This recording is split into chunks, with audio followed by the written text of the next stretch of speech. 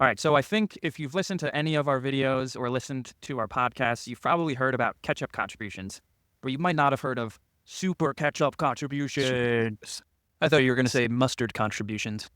Ketchup and This is my the bad joke. Heinz 57 strategy. Bad joke. Sorry. Come on, too. You're Let's better move than on. that. So we're going to be referencing an article from Christine Benz at Morningstar. Christine is great. We reference her stuff a lot. She's got a new book out, so go check that out. So she wrote about these super catch-up contributions that are going into effect in 2025. So just to recap, regular catch-up contributions, if you're over 50 years old and you're contributing to a workplace retirement plan like a 401k, you can send an additional $7,500 in per year. So that makes your total, annual contribution can be up to $31,000. But now with the super catch-up contributions, if you turn 60 in 2025, you're now eligible to save $11,250 per year over the normal limit. So for years 60, 61, 62, and 63, you can now save $34,750 per year into your workplace retirement account. So if you max out those 4 years before retirement, you're adding $139,000 potentially that can grow tax deferred until you hit RMDs. So this is exciting. I think this is a big topic that we talk about a lot. Those pre-retirement years, for the late 50s, early 60s, people are always looking for ways to catch up and make up for some lost ground there. And this is a great way for them to be able to pad their retirement accounts before they make the jump into retirement. Well, I happen to be right in this zone at 62. And so I'm looking forward to doing this in the sense that, it's been great to put 30 grand a year away into a 401k for the last couple of years. And now I can actually do a little more. As you guys know, there were several years when the firm started where there were no contributions because there was no retirement plan. The plan was keep the lights on. So I'm pretty happy to be able to do this super catch up. Yeah, I think it's a good thing. It's good to see the rules and the limits adapting over time. People are living longer and people are working longer, so it's good to see the rules kind of adapting to those workers, those employees that are working longer into their 60s. Give them a little bit more of an incentive to help them kind of get across the goal line there to retirement in the last few years. Things like there are tons of plans and things that were put into place a long time ago. Like the initial idea with Social Security was that you get it at, the full retirement age, and then, you die before you're 70. So, but obviously these things adapt over time. So it's cool to see the 401k contributions, these super catch-ups, benefiting people before they retire.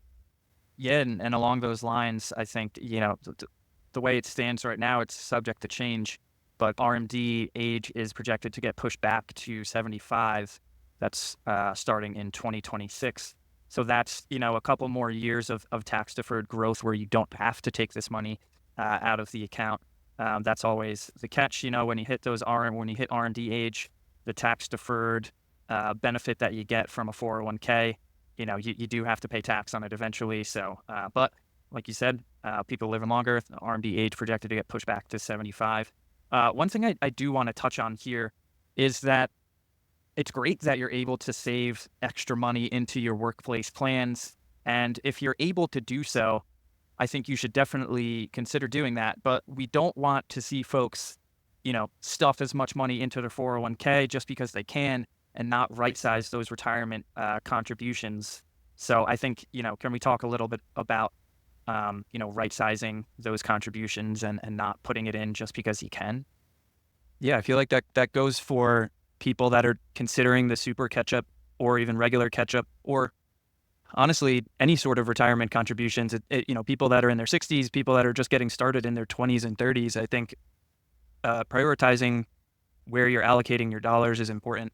If from a cash flow perspective, if you're young or you're old, if you need to worry about present you before you can worry about future you, it doesn't mean you can completely disregard your 401k contributions completely, but trying to strike a balance of, not running yourself into debt in the present to put money away for retirement in the future. I think it's important to kind of consider that balance. I agree. And you've heard me say to folks that I don't even think it's worth putting money into a workplace retirement plan until you've got 3 to 6 months of your expenses banked, because life gets in the way. Things happen. One of the saddest conversations that we have are people who call us and they say, I think I'm going to have to take a loan from my 401k. It's because they didn't map this out. And now they have some kind of financial pressure or emergency where they have to borrow money against themselves. By the way, that loan needs to get paid back. So they're not really fixing the problem. And one of the things that I usually suggest to folks when we're having this conversation is you really ought to consider stopping your contributions for a year or two. I know I'll get, crucified by other financial planners for saying that, but we have to fix the cash flow. And if you're putting money into an account that you can't touch without some kind of penalties and taxes, what are you doing? So you really need to get on track first, and then you can step on the gas and really put money away. Yeah, I think the timing of those loans is important as well. If you're in your mid 30s or early 40s, you're taking a loan. You have some time to pay that back. You got a couple years, but if you're on the cusp of retirement and needing to take a 401k loan, you don't have much time to pay it back. So you're kind of handcuffing yourself there. Obviously, it'd be great to not be in those situations to begin with, but I think if you do need to take a loan and you're still working for, at least another 5 years, it's probably better than taking it, 2 years out from retirement. So another thing I wanted to get your guys' take on here is the type of catch-up contributions that, people should think about doing. You have your pre-tax contributions, or, you can do Roth contributions. So just to outline the benefits of each, benefits of contributing to a Roth account is it gives you the flexibility, all of your, especially if all of your other assets are in pre-tax retirement accounts. So Roth accounts are not going to be, they're not going to be taxed on the way out. So it's going to put you in a lower income tax bracket during the early years of retirement if you draw that down first, which is important for things like Medicare premiums. Benefits of pre-tax is, if you're in your late 50s or early 60s in the super catch-up contribution case, those are probably going to be your highest earning years. So if you do, the more you contribute to a retirement account, the lower your tax is going to be for that year. So you really want to think about, where you're going to project to be from, an income tax bracket in the early years of retirement versus, just before retirement. So, benefits to each, drawbacks to each. Yeah, not a one size fits all answer, but what else should folks be considering? Well, I'll say that, it wasn't until Secure 2.0, which was just passed this year, that they finally fixed the bug, so to speak, with Roth 401ks. It used to be that even though you had money in a Roth as part of your 401k, you were subject to required minimum distributions from a Roth. I mean, that just made no sense at all. And so Secure 2.0 has fixed that problem where now you won't have a required minimum distribution for the Roth portion of a 401k at work. Can you believe that was still hanging out there until this year? Silly. Doesn't seem right, but hey, yeah, we adjusted it and, finally set it right. So yeah, that's good. Yeah, I feel like you hit the nail on the head with all of the pros and cons of Roth versus pre-tax. For a lot of people, I think it's just being aware that there are different options out there. We see a lot of people coming to us that did a really good job of saving, and all of it, like 98% of their assets for retirement are in pre-tax dollars, which isn't a bad thing, but there could have been if they were just a little more intentional, or someone had kind of just opened their eyes to the fact that maybe there was an option to save more in Roth dollars and after-tax dollars, because asset allocation is important and saving is important, but asset location is also pretty important.